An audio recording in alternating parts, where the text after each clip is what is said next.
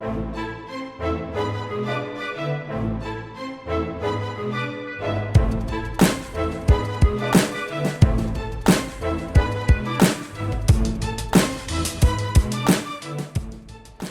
further ado, I will introduce our moderator for our next session on the Emergencies Act. And as I believe you all know, this is a fairly late addition to our conference agenda, but we heard you last week when the federal court ruling came out that you wanted to hear and you wanted to have a robust and diverse discussion on this issue. And so we listened, and so we were able to pull together a panel. And as it happened, we already had many experts on this issue already speaking at the conference, and they were all very gracious and willing to put in another session for us now. So our moderator is someone who needs no introduction. Mark Mancini, of course, served as the second national director of the Runnymede Society. He is a PhD student at the University of British Columbia, Peter A. Allard School of Law.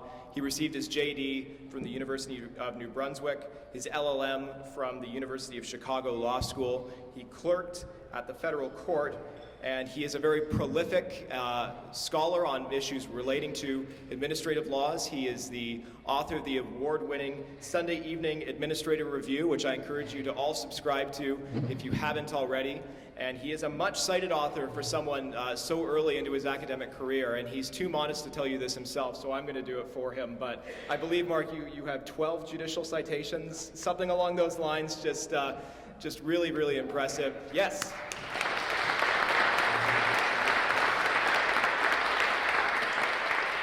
Very quickly becoming recognized as one of the leading authorities on administrative law in Canada, and so we are thrilled to have him here at this conference, and we are so grateful to him for saying yes when we asked him, would you chair a last-minute session on the Emergencies Act? So without further ado, I will pass the floor over to Mark to introduce our panelists for this session.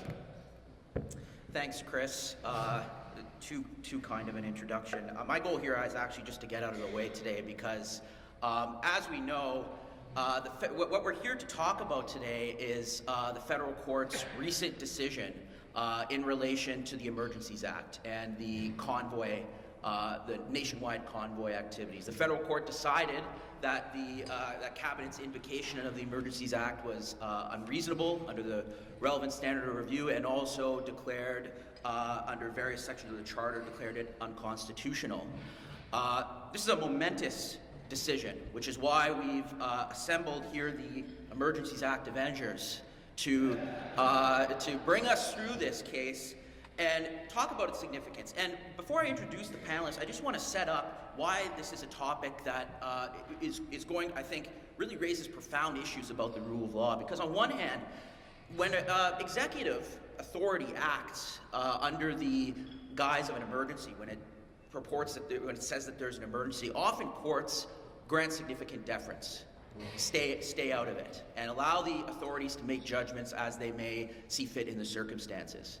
But here we have a confounding factor, which is that the Emergencies Act is a very prescriptive statute outlining the situations and the circumstances under which emergencies, public order emergencies, can be invoked. This is a tension in our law of judicial review, our constitutional law, and it's evident in the decision of Justice Mosley at the federal court. But I think to evaluate this tension, what we want to do today is evaluate the past, the present, and the future of the Emergencies Act and emergency legislation in Canada. And so who better than our three panelists to do that today? So I'll introduce them, starting from my far right at the end.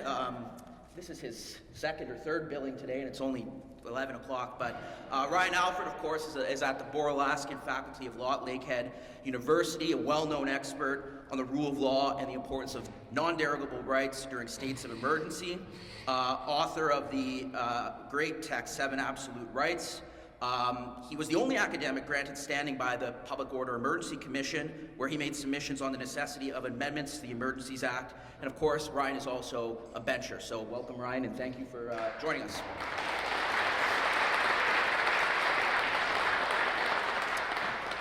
In the middle, we have Michelle Gallant. She's a professor at the Faculty of Law of University of Manitoba, past executive director of the Manitoba Legal Research Institute, and a member of the Manitoba Law Reform Commission for over a decade.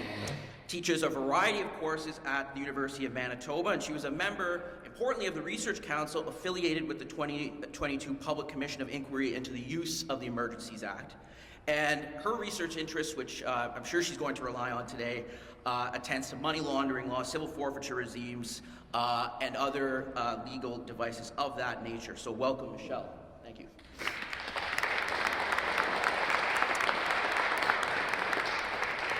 To my immediate right, we have Sujit Choudhry, who was counsel in the federal court on the Emergencies Act. He has a broad public law practice on questions of constitutional law, administrative law, really needs no introduction to the world of litigation. He frequently appears as counsel, various levels of court, and in cases that we would know, the Cotter cases and Sharkawi, to name a few. Prolific author as well, published over 100 articles, book chapters, working papers, and reports, and has sat on several different boards and advisory committees. So welcome, Sujit, and thank you for being here today.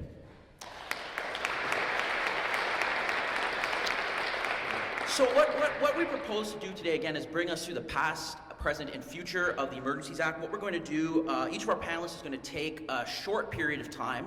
Ryan is going to kick us off on the history of the Emergencies Act. We're going to move then to Sujit, who's going to talk a little bit about the litigation. And then we'll end with Michelle, who's going to bring us forward to where we may be going from here. We're going to try to keep things short, panelists, so that we can get questions on the floor. We have an hour and a bit, so let's try to keep things tight. Ryan, let's start off with you on history and context. Thank you so much, Mark. The relevant history of the Emergencies Act doesn't begin with its drafting. It begins in 1970 with the War Measures Act. So very much like with the Emergencies Act and the trucker convoy, there is a legend around how it worked, there's lore around this, and there's actually the facts. And I think it was Mencken who said that the problem is, while the truth is still tying up its shoelaces, the lies are already running around the block. So with respect to 1970, the legend has to do with both the reason for the invocation of the War Measures Act and the powers that were used. So the legend, effectively, as it's told in popular consciousness, is that the War Measures Act was brought in because of the terrorist violence, because there was the kidnapping of a prominent public servant and a diplomat. They couldn't be found, the FLQ cells were extant. That was why they needed the War Measures Act. Well, under that existing legislation, which was much less restrictive than the Emergencies Act, that was clearly insufficient. What had to be alleged was that Quebec was in a state of apprehended insurrection, which is to say, the legend was that the student union movement and the labor union movement in Quebec were going to rise up in an insurrection against the government of Robert Bourassa and force him to negotiate with the FLQ. Now, it's taken a long time for historians to really investigate this. There really isn't any support for that whatsoever. So that's the element of the rationale. With respect to the powers, well, they had to send in the military. The tanks had to go into the streets of Montreal. The show of force of the military in the street. You did not need the War Measures Act for that. What you needed the War Measures Act for was to round up people in the middle of the night, to arrest them without reasonable suspicion, and to detain them, initially incommunicado, in terrible conditions. And those people to whom that were subject to that will never forget that. And they'll never forget how that happened. And to some degree, that's the beginning of how we got the second thoughts that ultimately motivated the Emergencies Act, and its very precise limitations on both the reasons for invoking it and the powers that can be exercised once it's invoked. So just the next couple of steps that I want to talk about, there was a really important public inquiry called the MacDonald Commission. It took its time. Unlike the very compressed timeline of the Rouleau Commission, they took years to investigate, take testimony, release reports, one at a time, not all at once. And if you go back and you review some of that testimony, and you look at what was revealed in the reports, you see some very interesting things. You see a waiver of solicitor-client privilege. You see waiver of cabinet privilege. You see RCMP officers talking about activities that most people would characterize as entrapment, right? You see really problematic behavior on the part of, in particular, what was called the National Security Service of the RCMP. The next step, 1984, you have the CSIS Act. The primary purpose of the CSIS Act was to abolish and replace the RCMP's National Security Service and put in place a professional intelligence agency that had no operations arm, that was purely devoted to analysis, that was because of all the horrors revealed in the reports of the MacDonald Commission. So the CSIS Act has clear limitations on how you can essentially invoke what is the emergency of terrorists operating within your country as a means of extraordinary ability on the part of the intelligence agency. I don't want to say too much about that because I know that you're going to hear a lot about that later. But then the next step, you see the Emergencies Act being drafted, it's clearly a response to this. And again, not to intrude too much into what we're going to hear about from our next panelists, when there's a decision consciously made to incorporate Section 2 of the CSIS Act into it, to say when you're talking about a public order emergency, it has to meet this careful standard, right? That was as conscious a legislative choice as could possibly be imagined. And I think there's a prominent jurist who I had occasion to hear recently who said, the most relevant legislative history is the speech of the sponsoring minister on second reading. You go back and you look at what Perrin Beatty said on second reading introducing the Emergencies Act. It is very clear that it was intended to provide essentially a straitjacket of limitations. And the relevant context for this is that everything had come out about 1970. We understood how it had been incredibly problematic, the way it was invoked, and the way that its powers were then employed, and that had had tremendous damage based on the fact that it distorted the political culture of Canada in various ways. One thing also, the last thing that I'll mention in terms of context, there's a decision of the Supreme Court of Canada called the Anti-Inflation Act reference, and it discusses the national concern doctrine. Justice Beetz was very clear, and this was written but became in what is usually labeled a dissent, but on that point, there's agreement with the majority of the justices, that there has to be a standard for judging whether or not there was or wasn't an emergency. And it is the province of the judiciary to make that determination. So there's this sense that we simply cannot allow a political decision to be made for people to come up with any kind of rationalization for it and then expand the powers to hyperbolic lengths without some kind of a reckoning. We had that reckoning. The product of that was the Emergencies Act. I'm curious what the reckoning is going to be for a decision that just came out last week. All right, thanks, Ryan. We'll pass it to Sujit now to lead us into the case and what the court did. Sure, sounds great. It's terrific to be here. And so, it's sort of always a bit dangerous to offer reflections on things that have just happened. And but the Emergencies Act litigation is something that we've been living with for really almost 2 years. And so what I might want to do is give you a sense of how we got to where we are, what the court held, and then where things are going. So my client was a CCF, which of course will be known to everyone in this room, and we kind of determined very quickly after the public order emergency was declared in February of 2022 that it was very doubtful that the emergency was lawful, and in our assessment, there was neither a threat to national security as defined by the Emergencies Act and the CSIS Act, and I'll explain why that was shortly. And in addition, we also felt that that other means had not been exhausted, that the Emergencies Act should be a last resort, and there was no evidence that the other means hadn't been exhausted. So we began our work immediately after the proclamation of public order emergency on February 14th, but we didn't file immediately, and so this is the difference between our approach and the approach of the CCLA. So the CCLA was the other co-applicant that sought public interest standing before the federal court, and the CCLA basically filed immediately, which was, of course, important to do to signal that there were immediately legal concerns about both the lawfulness and constitutionality of the public order emergency. We decided to wait a bit because we wanted to kind of build a bit of a factual record. And so, I think one of the crucial litigation decisions we made was to wait a week. And in the course of that week, my co-counsel, Janine Shanmuganathan, who's a kind of a criminal law expert, and I spent a lot of time trying to collect information about how protests outside Ottawa had been dealt with under existing criminal law, including we found charge sheets, press releases. We also found press releases from the OPS about charges that had been laid against protesters under the code. So we spent quite a bit of time on that, collecting the copies of the various injunctions that had been issued by courts in Windsor and Ontario, just to build as rich a picture as we possibly could for the court. About how the protests had been dealt with without use of emergency powers.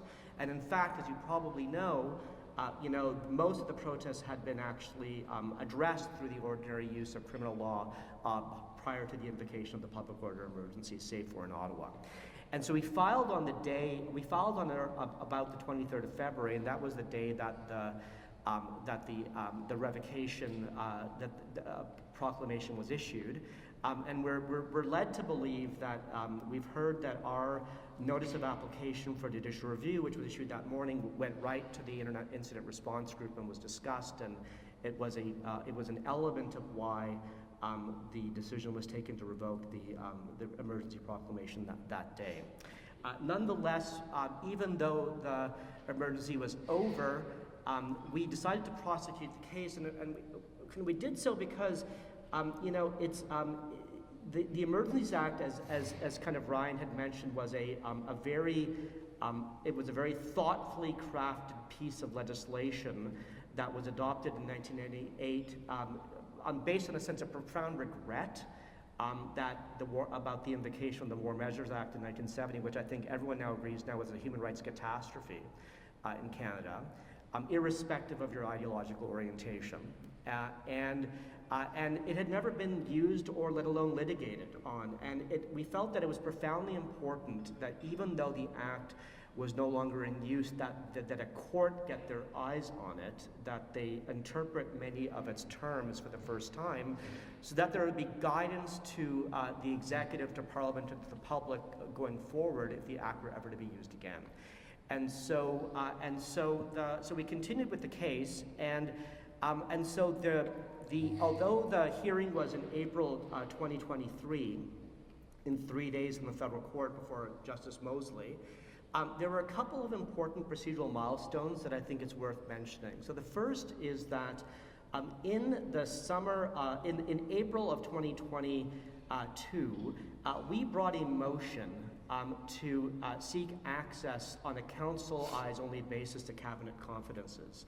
And particularly the relevant inputs to cabinet that were shielded by a Section 39 certificate under the Canada Evidence Act, which we felt were essential for the court to be able to effectively exercise its power of judicial review in relation to the Governor and Council's decisions. And the basis for that motion was a dictum of Mr. Justice Stratus, who I think might be here, in the Safe Third Country decision in his 2021 federal court case, where he sort of said, listen, there might be cases where in order for the federal courts to be able to review the lawfulness of cabinet decisions, there might be situations in which, in order for that power to be an effective power, pursuant to its plenary powers, the federal court might need to order council only access to those materials. So we kind of felt that we needed that because we really didn't have any insight as to how the cabinet had wrestled with the requirements of the act, and in particular how it saw the threat to national security, and how it kind of came to the conclusion that existing legal tools and provincial capacities and authorities were insufficient. And so we brought that motion, and it was heard by Mr. Justice Mosley in August. And what's interesting and important is that on the eve of the motion, the federal government capitulated and disclosed a large amount of redacted, but nonetheless informative materials that were before the cabinet. And those ultimately we put into evidence before the Public Order Emergency Commission as well later that year. And so we nonetheless argued the motion, and Mr. Justice Mosley said something very important. He said, listen, what Mr. Justice Strata said in the Federal Court of Appeal about council only access to cabinet confidences, that was a suggestion. I think that is a power the federal court has.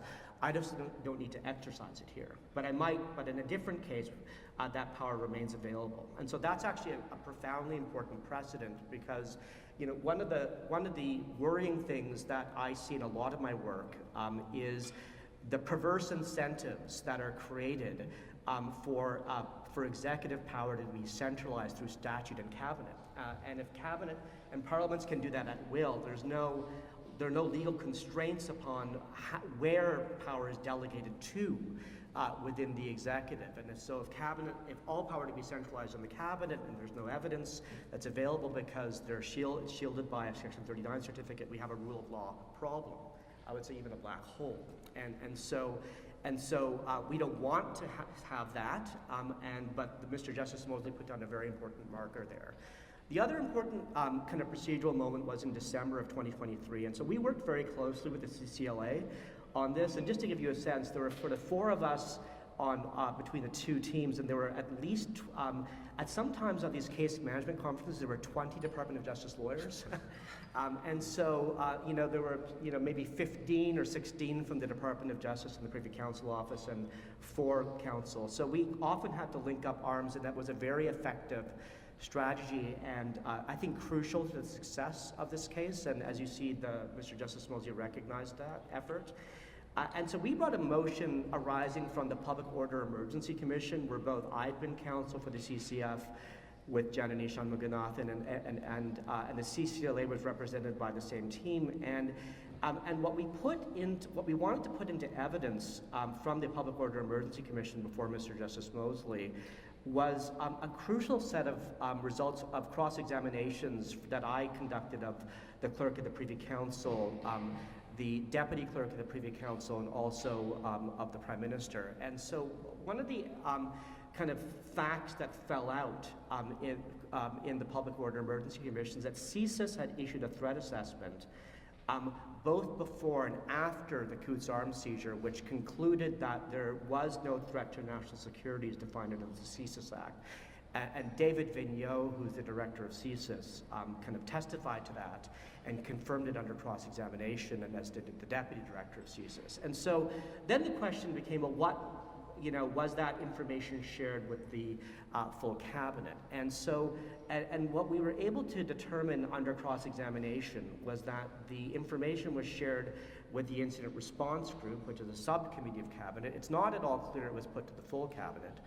And it also came out in the Rouleau inquiry was something called the Invocation Memorandum, which is a memo that the Clerk of the Privy Council wrote to the Prime Minister on the morning of the 14th, in which she recommended to him that he invoke the Emergencies Act, and she promised an alternative threat assessment that would have found that there was a threat to national security, but that threat assessment was never prepared. And that set the stage. And so we had a motion on admitting that evidence. The Government of Canada cannily put in a counter motion to say, well, we're going to oppose their motion, but if you're going to let their evidence in, you have to let in some of our evidence. And the evidence that they wanted brought in, again, there were 2 pieces of evidence that were crucial. The first is the Deputy Clerk of the Privy Council, Nathalie Drouin, who's now the new National Security Advisor, testified under cross-examination from the government's lawyers and Commission counsel that although CSIS was one source of threat assessment, there were others, CBSA in particular.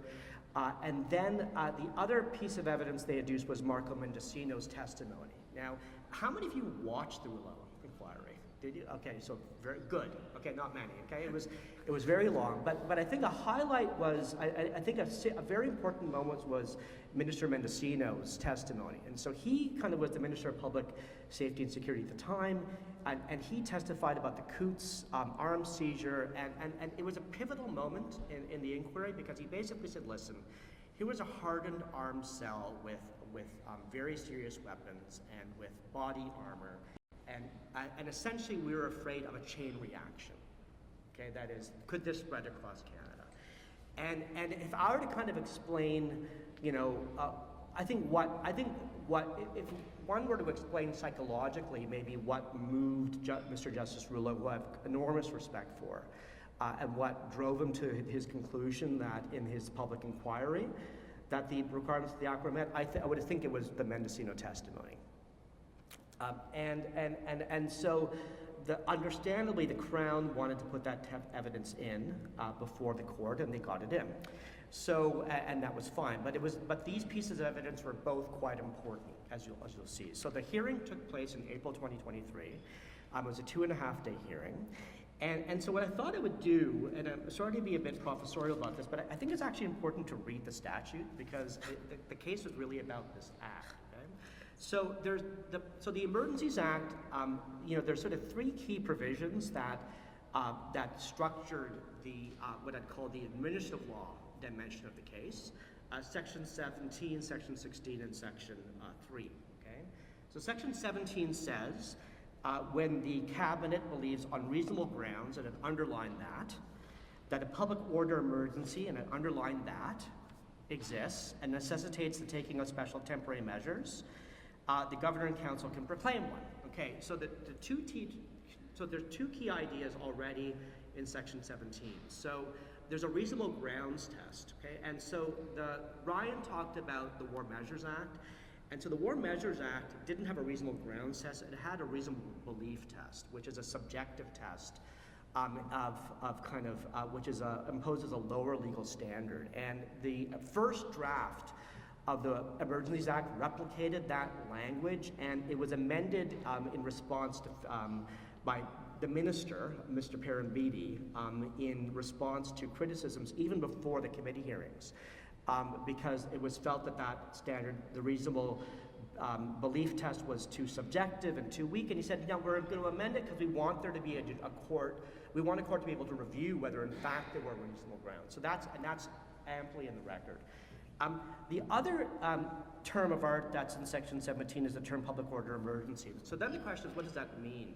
So you have to flip up to Section 16. It's a very badly drafted statute in some respects. You have to jump around a lot. So it says, public order emergency is an emergency that arises from threats to the security of Canada that are so serious as to be a national emergency. So there's 2 further pieces, right? And then where do they go from there? So a threat to the security of Canada, it then defines as being having the same definitions under the CSIS Act, okay? And the CSIS Act definition, as we know, came out of the MacDonald Commission report, not the MacDonald Commission about economic union, but the MacDonald Commission about the RCMP security services, and it's really a remarkable report and process. And one of the you'll probably know that the RCMP security service engaged in a lot of domestic monitoring of political opponents of the government, and it was abused for partisan purposes. It was a terrible thing.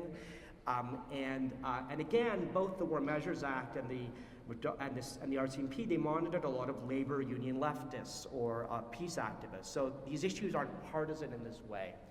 And so the MacDonald Commission said, you need a much tighter definition of what a threat to national security is to limit the ambit of the scope of the security services remit in Canada. And that definition was expressly incorporated into the Emergencies Act. And then the last thing the Emergencies Act did was to define what a national emergency is. And so there's basically a double-barreled, this is in Section 3. And so it says that for there to be a national emergency, there needs to be either a threat, an urgent and critical situation that seriously endangers lives, health, or safety, and that exceeds the capacity or authority of a province, right? So there's a federalism idea, or what I call the subsidiarity principle, okay? And then the other is that it can't be effectively dealt with by any other law of Canada, okay? And so those 2 aspects of the definition were also deliberately baked into the 1988 Act, again, for 2 reasons, right? The first is that, as we know, from the anti-inflation reference, under the emergency branch of POG, when the conditions are met, basically there is no division of powers, right? The federal parliament has kind of plenary jurisdiction. So it's a very dangerous thing in federal states. So the idea is that in the shadow of that doctrine, okay, the definition of the act required this idea of exhausting provincial capacity. The other is the effectively dealt with under any law of Canada clause. That was a clause, again, proposed by the Human Rights League of Quebec and the CCLA in the committee hearings before the Emergencies Act, and that was basically meant to get at that the Emergencies Act should only be used if the ordinary criminal law proved insufficient, and there's ample legislative record of that. Okay, so we went to court, and we argued on these points that, first of all, that the CSIS Act definition of a threat to national security wasn't met. And here the CCLA and the CCF took complementary but different approaches. And so the CCF's approach was to say, listen, this is an administrative law question like any other. And one of the requirements of administrative law decision-making under Vavilov is that a decision maker, even the cabinet, has to have a factual basis for their decisions. And there needs to be some evidence before them. And the only evidence in the public record is a threat assessment from CSIS that there was no threat to national security. On the most narrowest procedural basis, the cabinet's decision was unlawful because of the insufficiency of the factual record before cabinet. That was an argument. The CCLA's argument was that on its face there was no evidence of a serious threat of violence, that whatever happened in Coutts didn't amount to a serious threat of violence across the whole country. And then we also, and so the court on that point, I would say that it definitely embraced the argument that it disagreed fundamentally with the Rouleau Commission's assessment that there was a danger of a chain reaction. And it sort of said whatever the threat was, and I don't diminish how serious it was, I don't see any evidence of there being a chain reaction. And so that was crucial. And again, you know, as to how to explain the difference between Justices Rouleau and Mosley, I've been asked this a lot. I think one difference is that sometimes viva voce testimony can actually hurt the judicial process. I think sometimes deciding cases based on a record that is written is actually better and gives a bit of distance. And I think that Justice Mosley had a bit of distance in that way and had a broader perspective. He also took more time and had more time. On the procedural point, it's very interesting. So essentially, the argument that our argument depended on two things. First of all, that the CSIS Act definition bound the governor and council, and secondly, that Director Vigneault's threat assessment was also profoundly important. And so on the first point, the court agreed. It said, listen, we might not have liked this definition of a threat to national security. Absent this definition, we might have found that there was a threat to national security, but we're bound by the act that's before us. And this is the definition, and it is what it is. And so that's actually very important. And he said, listen, although the CSIS assessment doesn't bind cabinet, the fact that it assessed that there wasn't a threat to national security is relevant. Okay, and so if we were to predict how this will go at the Federal Court of Appeal, I think these issues will be quite central again. Okay, on the issue of the last resort clause, I think what's interesting about what the court did, and maybe I'll wrap up on this point, is that it took the two different requirements in Section 3 of the Emergencies Act, that provincial authorities and capacities be exceeded and that existing laws be ineffective, and it kind of merged them.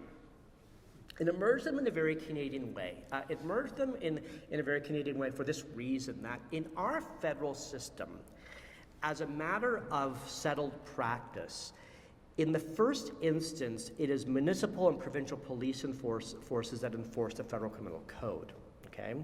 And that's not constitution required. That's just the way in which Canada emerged, okay? And there was a kind of a set of practices that grew around that. And so what that basically meant was that in trying to determine whether the last resort, whether the act was to be used, the court sort of looked at the authority of provinces under federal criminal law and the authority of municipal police forces under federal criminal law to address protests that were very serious.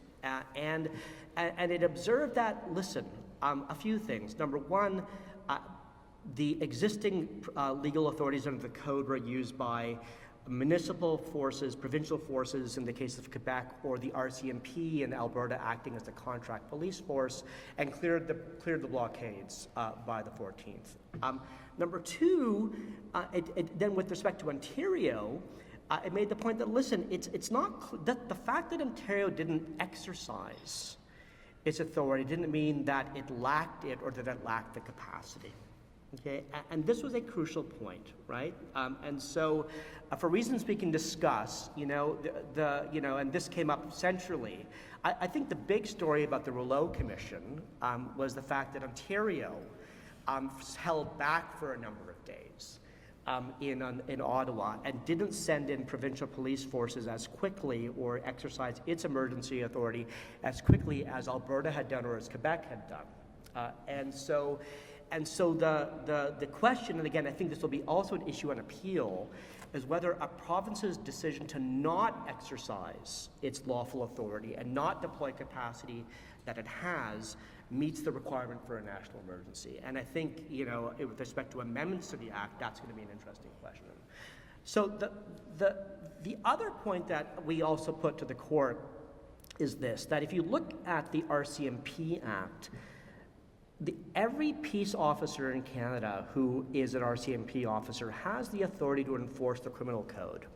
They just don't, as a matter of practice, right? As a matter of practice, the RCMP is a contract police force, or there's provincial police forces, but the RCMP does very little direct enforcement of the code, but it's entirely lawful for it to do so. And so what we argued to the court is that essentially there are two levels below the invocation of the Emergencies Act that have to be met. The first is this baseline level. I'll call it the ordinary practice of criminal law enforcement, right? Provincial police forces, municipal police forces, the RCMP acting as the contract police force under the ordinary criminal code. The second level is RCMP direct enforcement of the criminal code. And we argued before the Rouleau Commission and also in court that there was no evidence that why any of the 8,000 RCMP officers in active duty in Canada could not have been deployed to Ottawa and to enforce the criminal code. Okay? We've never received a satisfactory answer to that. We do know from the Commission that 2 days before the invocation of the Emergencies Act, there were only 146 active duty RCMP officers deployed in Ottawa. And we think a significant proportion of those were either deployed on Parliament Hill or at Rideau Cottage. For very good reasons. But there was other capacity that could have been deployed. And so we will argue again that that's the next level of exhaustion. It's not normally done, it's not part of our practice, but it's lawful and it's constitutional under 9127. And then only then can you get to invoking the Emergencies Act. And that's the way in which the Emergencies Act should be applied in the context of our federal state and how we do federalism policing in this country. So that's, and so as has been said, we prevailed on these various points, and we're very pleased with the decision.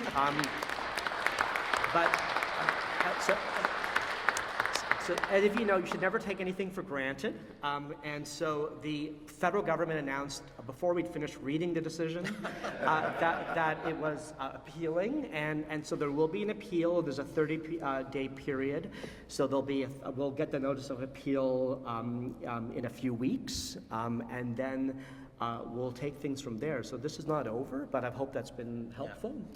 And I'll turn it back to Mark. Great, thank you, Sujit. It's helpful for going through the case. And now we're going to turn our vision forward to see where things may be going. So I will pass things over to Michelle. Okay, well, thank you. First off, I must say that because of my engagement with the Commission, nothing that I'm going to say comes from any of those. Everything I'm saying is publicly available. You can find it yourself. So I'm not breaching any confidentiality here. Secondly, I'm talking about I'm going to mention a few potential changes to emergencies legislation, but actually, my colleague right here has written an excellent paper that talks about that. That's available on the public order on the Commission's website, as well as, a couple of folks who are emergency law experts, Numi Laser and Jocelyn Stacey. They came up and got a bunch of experts to come together and create a volume here on Canada's Emergency Act Beyond the Rouleau Report. So if you're looking for those kind of changes, what kind of things might sort of allow the help in the future, I would direct you to those sources. So firstly, let me offer just a couple of comments about the Commission itself and some things about the Commission itself that might change. And I say that because the Commission and the Commissioner, I suppose, are sort of primary places of accountability, and the Commissioner, I suppose, would be that primary piece of architecture in terms of allowing this kind of Section 63 accountability. So one thing I would say in terms of the Section 63 inquiry, and the Section 63 inquiry is 2 little paragraphs that talk about this Commission of Inquiry, and that's it. So one thing I would say here is, and I think I draw this in part from my colleague Professor Alford's paper, would be this idea that the appointment of the commissioner who's going to run this ought to be by any other model other than by the government that's in power at the time. So at the outset, not only did they wait until the last day that they could actually appoint it, the end of April, but in naming that at the outset, you had this illusion of bias or the appearance of bias against the commissioner because of that. And so I would suggest that at the very least, if you had some kind of, at least maybe a part of the Parliamentary Review Committee or somebody else appointing the commissioner, that would avoid at least that appearance of bias at the outset. So that's one way in which the Emergencies Act could be changed. Secondly, I certainly think that the Emergency Act could be a little more explicit about what the task of the Commission is. So if you go on the website, you'll find all kinds of documents, all kinds of reports, and you'll find 6 weeks of testimony. But actually, the only sort of instructions, again, are 2 little paragraphs in there. And if you ask, well, what was the Commission's task? What was it directed to do? Well, the only line they have there is that the Commission's task is to cause an inquiry to be held into the circumstances that led to the declaration being used and the measures taken in dealing with the emergency. That's it. But actually, the Order in Council is about 6 pages. The Order in Council sets out different divisions. So effectively, you might say that the Order in Council itself is sort of prescribing this is what you're going to look at. So one change that I think that you might have in terms of the language of the Emergencies Act, and this is actually something that the Commissioner actually suggests, is that you might at least change the language of the Emergency Act so you say that the Commission is specifically directed to examine and assess the basis for the declaration and the measures adopted pursuant thereto. I realize, too, that there's a bit of a disconnect here in what the Commission did and what its views were in this language of did it determine the lawfulness or was it determining the appropriateness? I'm not going to comment on those. I mean, the Commission talks about the appropriateness of the declaration or the appropriateness of the measures, but at the very least, it could be specifically directed to do that task of assessment and actually assessing the measures that flowed from that.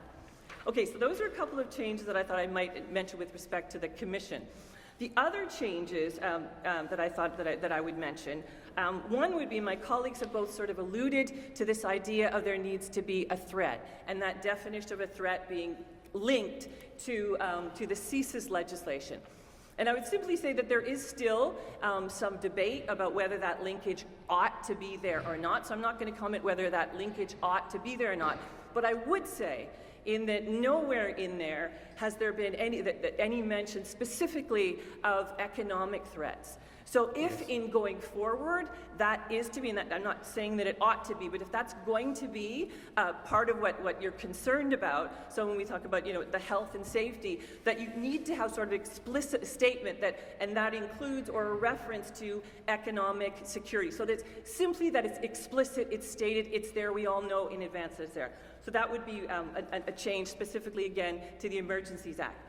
The other one, the other sort of change that I might talk about is Once the declaration is in, the governor in council has powers, and those powers are delineated for a public order emergency under Section 19. So Section 19 talks about powers in relation to matters. So they are prescribed, so you can do different things. If it's a war, you can do anything you want, if that's the emergency. If it's an international emergency, you have a few additional financial powers. You have different powers if it's a public welfare emergency. But for a specific public order emergency, you have specific matters prescribed by Section 19. So, if you take a look at section 19, it says things you'd already be familiar with because they were part of the measures and part of the economic order. Things like the regulation or prohibition of public assembly, we saw that, the regulation or prohibition of travel to specific places, the designation of protected places, the assumption control of public utilities, authorizing people, this would be the tow trucks, to render essential services. So all of those matters are outlined under Section 19. Okay, there's also one line under Section 19 that says this, the regulation or prohibition of the use of specified property. The use of specified property. If you look at the content of the two orders, there were two statutory orders issued. If you look at the content of those, almost the entirety of the second one, almost 80% of it, is simply about economics and finance. It's about banks and all kinds of other financial institutions under a duty to disclose. Look through your bank accounts and see if you have transactions related to these specific people. It's about reporting suspicious transactions. But if you have, no, please look again at what you're doing, and you have obligations now to report suspicious financial activity. It's about crowdfunding platforms now having to specifically register with this curious creature that's called FinTrack. If you look at every single one of those, and also those financial institutions having the duty and the responsibility to freeze, whatever freeze means, property, right, connected to persons, they're called designated persons, connected to the convoy movement. Every single one of those touches on finance. All of those sit.